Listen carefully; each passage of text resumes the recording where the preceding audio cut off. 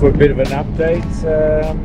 Noticed that one passenger less. Well, Leah flew back to Sydney from Broome, and now I'm heading back to Sydney, and I'm sort of deciding which route to take. As always, I try and find one that's more interesting than not. So the plan at this stage is to go down the Tanami Track, which is a pretty remote track. There used to be a fuel stop halfway along the track. It's a dirt road, corrugated dirt road, so pretty rough. That fuel stop at Rabbit Flat, I believe, is not operating anymore. So you have to carry enough fuel to do that entire distance. So the fill-up point's going to be Halls Creek, which is about 150 odd kilometres away. So I'll fill up there, and then I'll start to tackle the Tanami. So the distance to cover is about 1,100 kilometres. I'm sort of experimenting at different speeds to see what sort of range I can get out of the car. Travelling at about 90 kilometres an hour right now, and I'm getting probably about 15 litres to the 100 kilometres. Theoretically, that would give me just enough range to do the trip. But corrugations, dirt roads, I'm expecting the fuel consumption to be higher. I am carrying 2 extra jerry cans of diesel, so that's my backup, so I can at least do some side trips. One of those side trips is Wolf Creek Crater. A big meteorite hit the ground and there's a crater there. It's about 1 kilometre in diameter. You know, one of the joys of travelling, I think, doesn't matter where you travel, is the people that you meet along the way. It's always interesting to get their story, what they're doing, how they're doing it. I just met with Peter. He's from Sydney. He's got a Croatian background, and he's riding his bicycle all the way around Australia. Right now it's really difficult because, okay, riding in the morning you can get away with riding in 35, you know, right up to 40 degrees, 42 degrees Celsius, and you consume a huge amount of water. So at least I was able to donate some water to him and fill up all his water bottles. He's also carrying about 20 litres on his bicycle. He does have a website on Facebook, some photos. I'll have some links in the video as well. Yeah, so hats off to him. It's pretty hot out there, and he's doing it on his own. So he's been riding for a while. He's going to go all the way around Australia. I think he's planning to finish his trip around March of 2023. So check out his website or his Facebook link. Send him a few likes. Cheerios.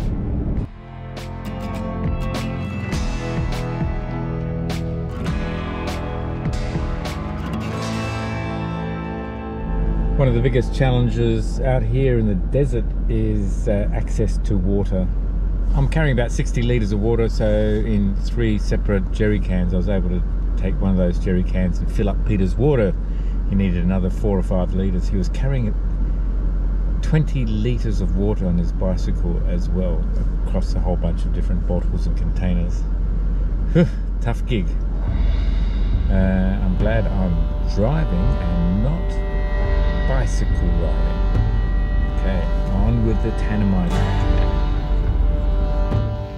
Alright, well this is the beginning of the Tanami Road, or the Tanami Track down to Alice Springs.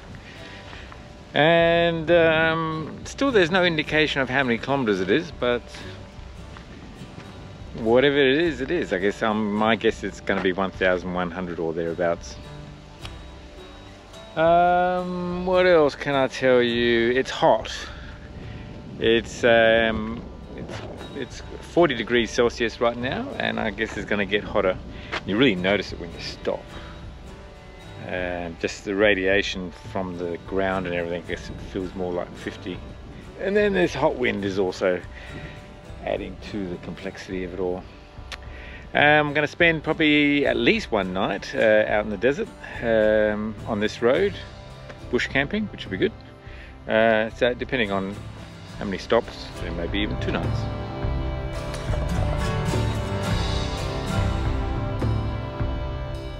There is a Aboriginal settlement as well here, community at Baugo, and you can pick up artworks there as well.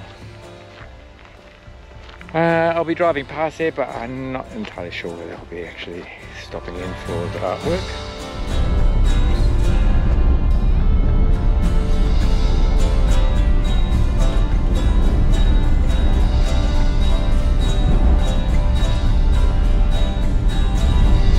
The corrugations on this dirt road are pretty bad, so it's not unusual for little side tracks to be formed like this one. To give it a smoother ride.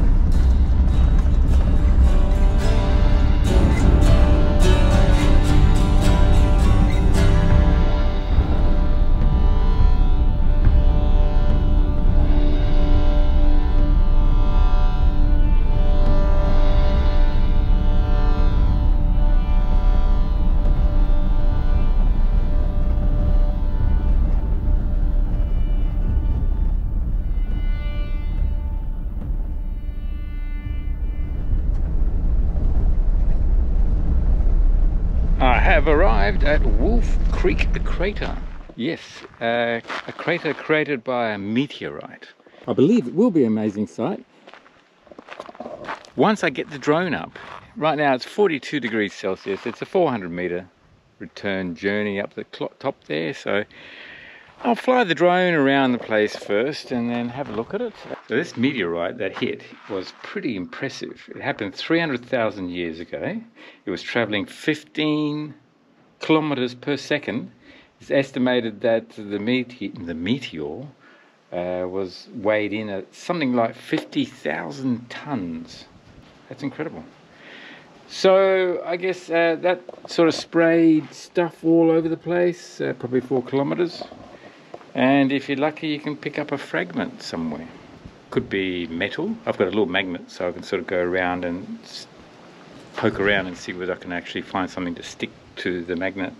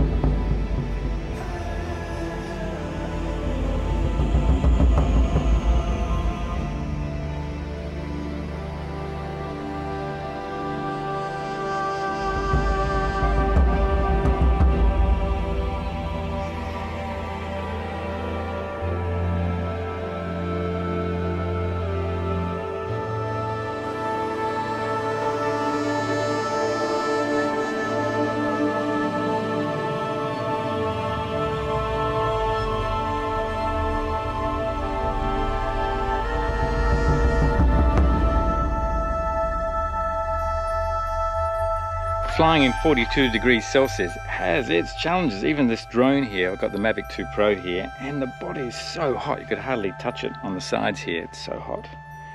It's amazing that it actually flew. I probably flew for about 15 minutes taking photographs and video, and it held up.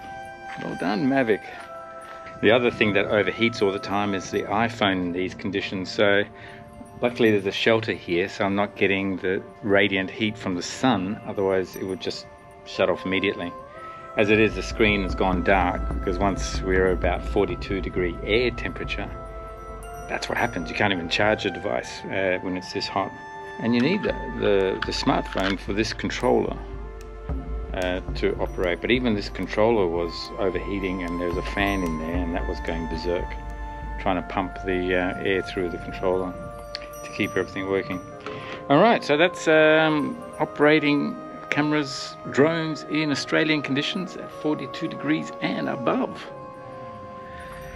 Okay, let's go find some fragments of meteor.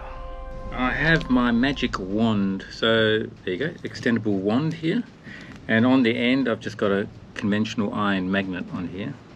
And the theory is that the meteorite, once it's broken up, should be just molten metal, burnt metal that solidifies.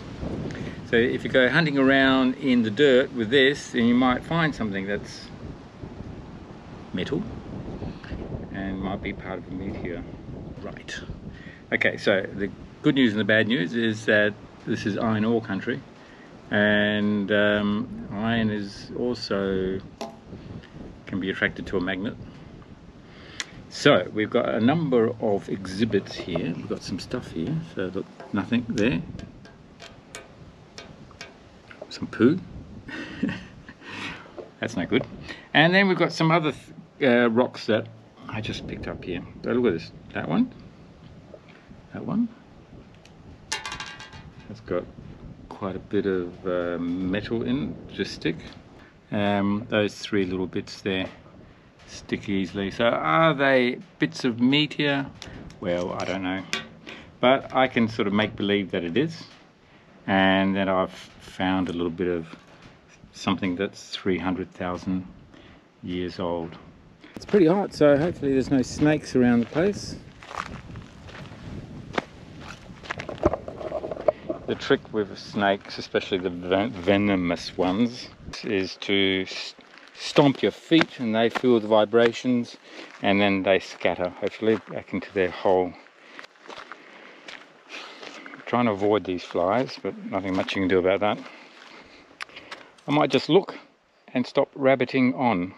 Talking about rabbiting on, the last fuel stop that was here, a couple hundred kilometers down the road here, was called Rabbit Flats. I believe that is the wreck or the ruins of Rabbit Flats will be there, but no one is operating, so there's no fuel. That's the reason why I've got to have enough fuel to get to Alice Springs. Not too many side trips, otherwise I will run out. Okay, I'll give this another 5 minutes and report back if I find anything significant. I did meet someone else at Wolf Creek Crater coming up the Tanami Track, and they did confirm that there is fuel available in 2 locations. Billa Luna, which is probably about 50 k's down the line, and then at the other end of the Tanami Track, I think closer to Alice Springs, there is another location there where fuel is available about 700 kilometers down the track. So I won't have any problems with fuel. I have enough fuel to get out of Springs, but anyway, it's nice to know. Okay, on with the journey.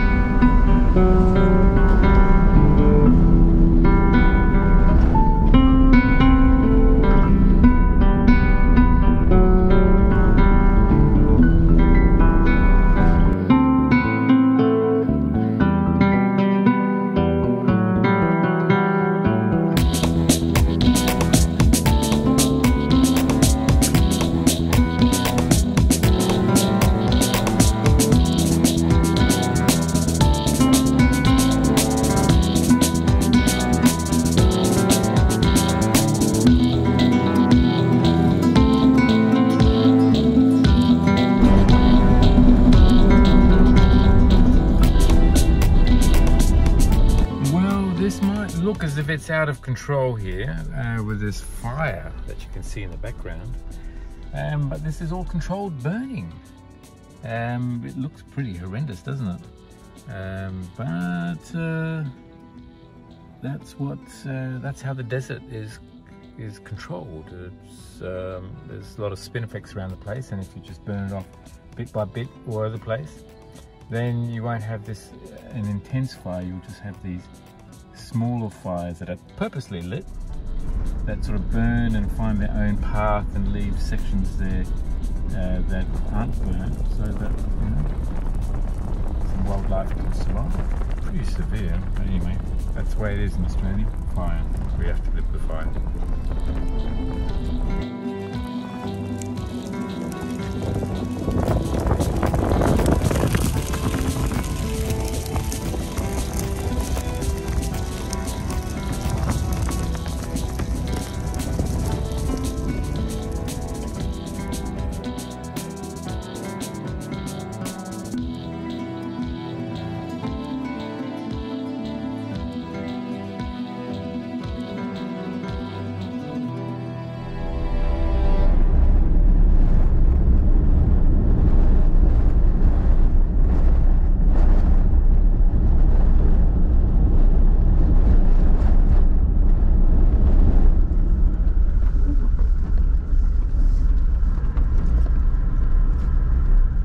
Okay, I've finally come to a stop.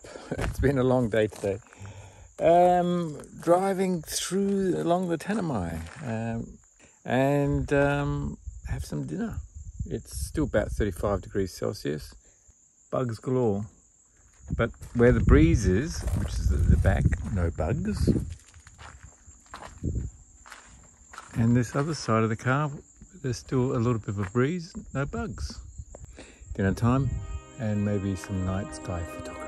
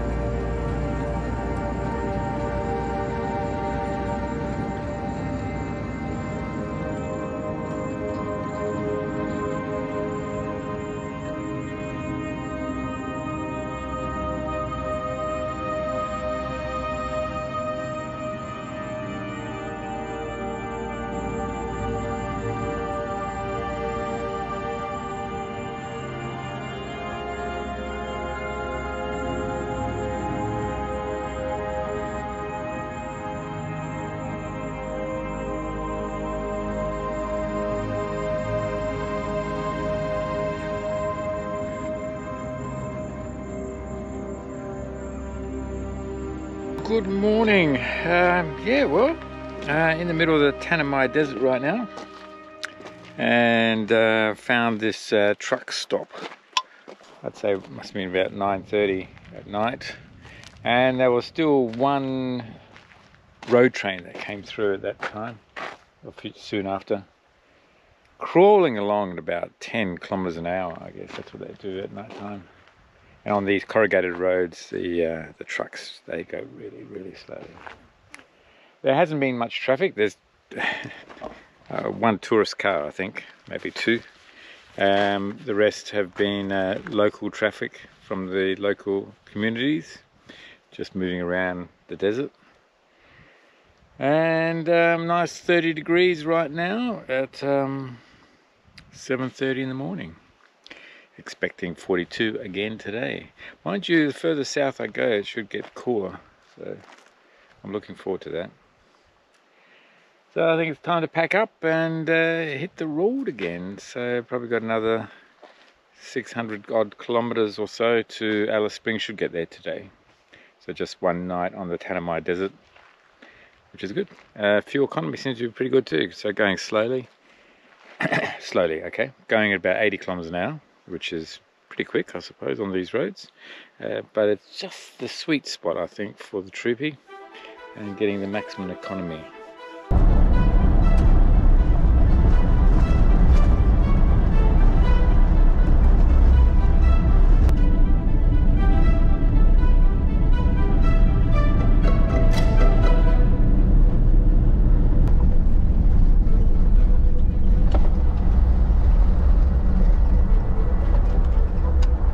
Yeah, guys, okay? No worries. Yeah, got some water if you want. Okay.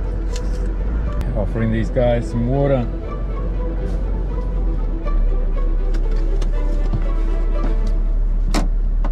Another fun experience. The rules of the road, especially on these remote roads, is that if you ever come across anyone that's stationary on the road, it's courtesy just to stop and just to see where everything's okay. These guys just changed a tyre, a minibus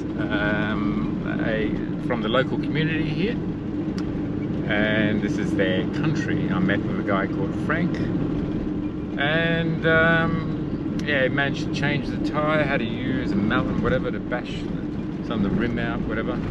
So he got to be a bit of a bush mechanic to do the repairs out here. However, he was self-sufficient, no problems there, but he did ask for some water. They had, I think, about a 4-litre container between 30 of them, so I was at least able to give them some water. And they're on their merry way, so the communities aren't that far apart here, and no doubt I did notice a bit more traffic from the local communities as well. And in fact, there was another car that stopped to help them out as well, so that's good. All good. Everything ended up well. Aboriginal communities have taken over the fuel stops on Tanami Road, but it's still so remote and anything can happen out here, especially when the weather conditions turn hot as they are right now. So it's 9:30 and it's approaching 40 degrees Celsius already. This used to be the previous fuel stop, which was Rabbit Flat on Tanami Road. This is what remains of Rabbit Flat. Not much. Well, we've got another car here that's stopped, and I'll check to see whether they need any assistance and if I'm able to help at all. We're about to find out. They are waving me down, so let's see what's going on. How's it going? Can you use the wheel spanner? Yes, I've got a, yep. Okay, let me just pull over. Alright. Alright, so they need a wheel spanner, a wrench, and we'll give them a hand. Well, you can't always help out. So, a group of probably about 8. And the question was, do I have a wheel spanner for their tyre? Okay, yeah, so, okay, grab my wheel spanner, had a look at their rear tyre. So there are 6 bolts that go into the hub, a bunch of, obviously 6 nuts. Well, okay, for starters, there were only 4 bolts of the 6. And out of those 4 bolts, there were 2 nuts that were actually still on the bolts. The other 2 basically, they were just freewheeling, so they weren't even touching the rim. And even with the 2 nuts, they seemed to be the wrong thread for the bolt, so they were just sitting on the tip of the bolt. So effectively there was nothing actually holding that wheel to the whole assembly. It's a sad case. If you had the right equipment, you could try and pull out those studs that are there, re-thread the holes and put in the correct studs with the correct nuts to reattach that wheel to the hub. What will happen is they will have some of their community members will probably drive out here and they'll get picked up, ferried to the next location. And I wouldn't be surprised that that car just gets dumped. Like many of the cars do, as soon as they can't change the tyre, change the wheel, that's basically it. That's the end of the car. The state of affairs out here on the Tanami. I suspect this is not going to be the only story that I have of the Tanami. I've got another 500 kilometers to do of this desert road, and I think there's going to be a few more breakdowns along the way. Hopefully it won't be my car, and hopefully I'll be able to help out whoever I come across in the day ahead. Crazy.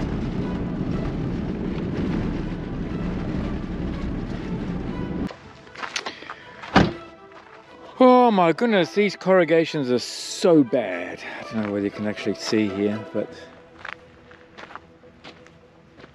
right up there and right down there, we just got corrugations galore. I think I've got a big road train ahead of us, but there's a lot of dust, so I might just check the bolts on my wheels to be sure. They all seem to be, because these corrugations are so bad. Can you see it? There's definitely another one in front. Can you hear the vibrations? So bad, so bad. Alright, so we've got one coming this way and one in front of us. And the one that's coming this way is huge.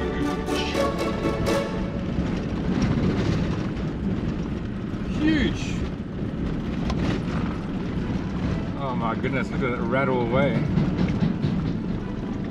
That's in simple harmonic motion there before the vibration. The whole tray of that semi-trailer was going like a sine wave along its the length of the trailer.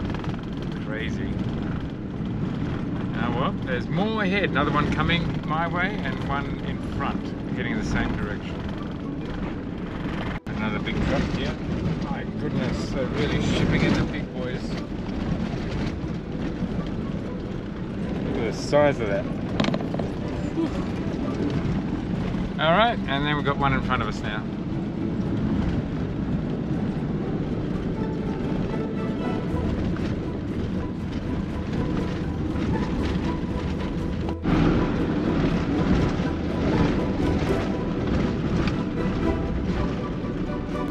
Slow going, eh? Yes, it's actually not too bad just here, but there's some rough spots. Enjoy the day. Thank you, mate. See ya.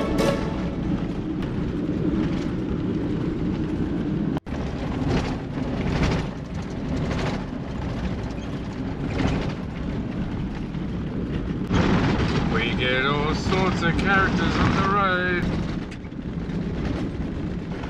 We'll find out whether he needs any help or not.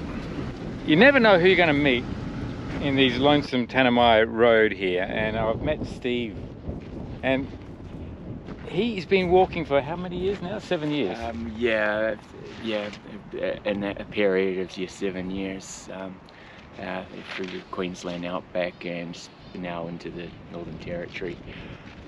He's a wise man. You're sleeping underneath the now that's mansion. I don't know what sort of tree that is. I think it's desert oak or something like that. Yeah, that's what, this is, or your acacia. Yeah, there you go. You probably know better than I do. Yep. But it's 40 degrees right now, and now you'd be walking during the night, or? Yes, during the night time.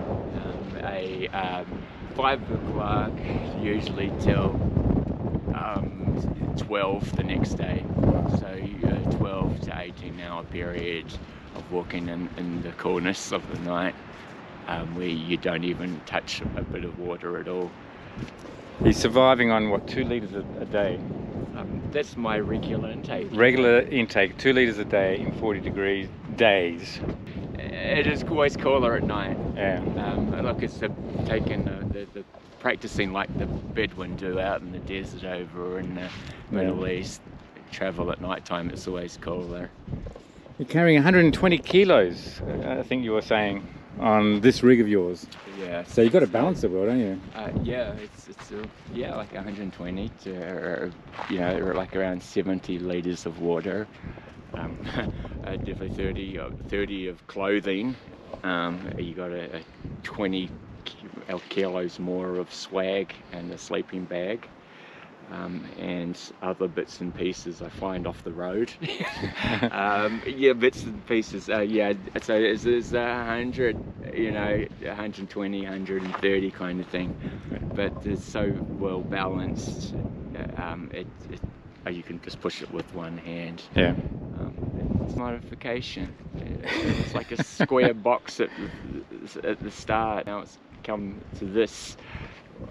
Where I do need that bit more space to carry like water, food, and all the food that I have there I get given to me from people that stop. They hear about my course and they drop off like bagfuls of groceries wherever I am to help me. You want to talk a little bit about your cause? Yeah, okay. What sort of set you on this route, on this journey? Okay, I had a car accident back 27 years ago over in New Zealand, and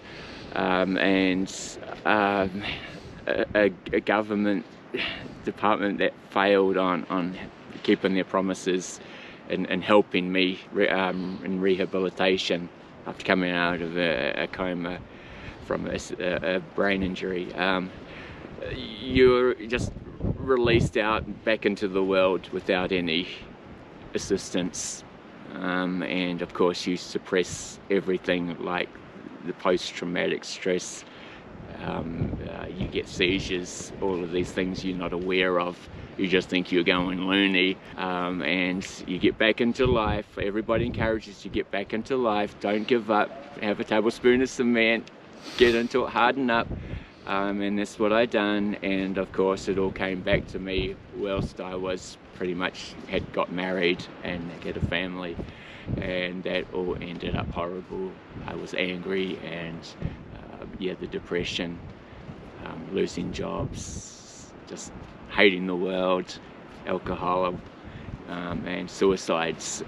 Ended up in suicide attempts, so mental institutions, and not much support from anybody. Friends left you, and you know, nobody wanted to know you. You're out on your own. And a nice guy from a community group for head injury, I approached him. He said, "Did you get any help?" I said, what help? He said, rehabilitation, doctor, you know, compensation, anything. I said, no, I haven't. He said, we have to do something about it. Of course, they are not really too keen on doing that for you, but I got a little bit of money, you know, which wasn't enough. That got me a ticket on an airplane from New Zealand to Australia, and of course, it went wonderful for a little while, my life, but it all came crashing down again. So not holding jobs, depression, the seizures, just the mania, you know, going loony.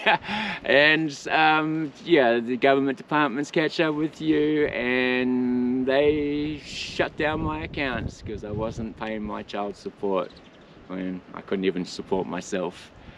And I said, okay, I'm going for a walk. So I sold my car, $1,500, and got a car made for $1,500.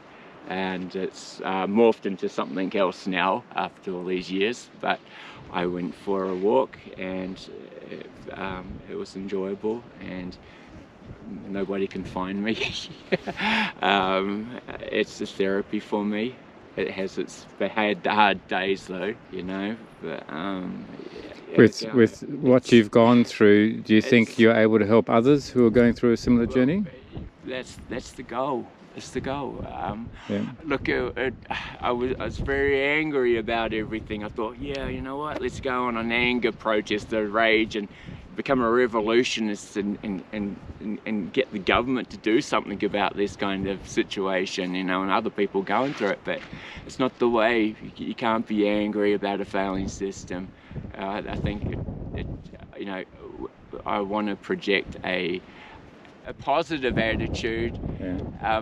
And not have the grudges, not have that anger and unforgiveness there because of a failed system, you know, but to move on and explore other areas in life. I don't mean, you know, so spiritually, mentally, physically, those areas in your life, you know, it's not the end, but it's finding that support, people that understand, that will listen to you, that really help, and that's what's done it for me. Yeah. It's still hard. I don't take my medication, I can't afford it. I'm still not sure what really is wrong with me, you know, but I just, you know, I came across this motivational speaker. That's what really kind of changed it a little bit for me. And he said, you know what, write a book about your adventure, you know, and that's what it ended up being. It's been 7 years since he told me that. He actually doesn't know that I'm walking around still. He'd be keen to get this update. Yeah, you know, I did leave in Queensland. I left. I was heading south to go to the Nullarbor. I got short of Eromanga, but I had a mental breakdown out in the middle of nowhere, and Outback Cop found me, and I ended up in a hospital in Quelpi, and then I got transferred to Charleville, so I had a real low time, and it's just been, it hasn't been just this nice cruisy long walk. It's been stop go. Suffer the depression. I have these anger spats and stuff. I'm a lot better at handling it now. I love life, and I love people, and what I want to get out of this is something that's going to be encouraging and inspiring to people that are going through the same thing. It covers a lot of issues today that are campaign for, like mental illness. But the government departments failing, for fathers and mothers too, but you know what? I think all of us as individuals, we've got to go, are we an encouragement? Are we inspiration to people around us? You know what? We've got to take a look at ourselves internally, then having a go at everybody looking on the external. We've got to just, do we have a network, a support network? Are we part of a support network to help people that are in a really broken place? That's what it is for me right now as well. I think I'm forgetting about myself, about myself, and going out and finding people that are hurting, and being there for them. I think that's what it is for me. Communicating with people, having hard interaction with people. Not just a hi and goodbye, God bless, but actually going up and being a practical blessing. I want to help you, that's where it is for me. If you want to support Stephen in some way, we've just got to work out how we're going to do it, but there might be a way. Further investigation is required, and it will be in the video update. Totally. I'm feeding off people every day. I don't have a plan of attack. I'm just walking, and you know what? It was going to be a book about walking and doing superhuman things. It became self-ambitious in a way, but it definitely hasn't gone that way. It's not about me. It's about other people that are going through a similar thing. We don't have to go through a similar thing. We all struggle in some area of our life, and we feel like we're a failure because of a system that makes us feel that way. But you know what? There's a whole bunch of people out there that think differently to that, and that are prepared to listen to you and help you in some way. But you have to get out there and tell people about yourself, but not in an angry way. But I want to project that positive, a joy about living regardless of the down, and out moments. It's I love people, and I hope certainly that I can be an encouragement to people that think it's the end, and it's not. There's a purpose and there's a hope for everybody. That was a great encounter with Steve. We'll try and work out how we can help him in his pursuit around Australia, meeting other people, helping people with depression. There's a lot of that stuff particularly in Central Australia. And I think Steve could help a lot of people out there. Meet Steve in the towns that he'll be going through. He's heading towards Western Australia right now, and no doubt he will meet up with you. Alright, the Tanami Desert Track update.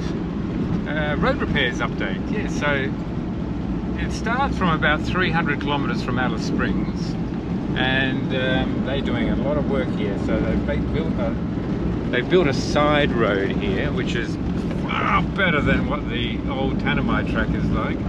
And then they are building the new sealed road, by the looks of things, adjacent there with the heavy machinery. So I'm expecting smooth rides now all the way to Alice Springs. Eventually this should turn into sealed road. And then my Tanami desert journey has probably come to an end.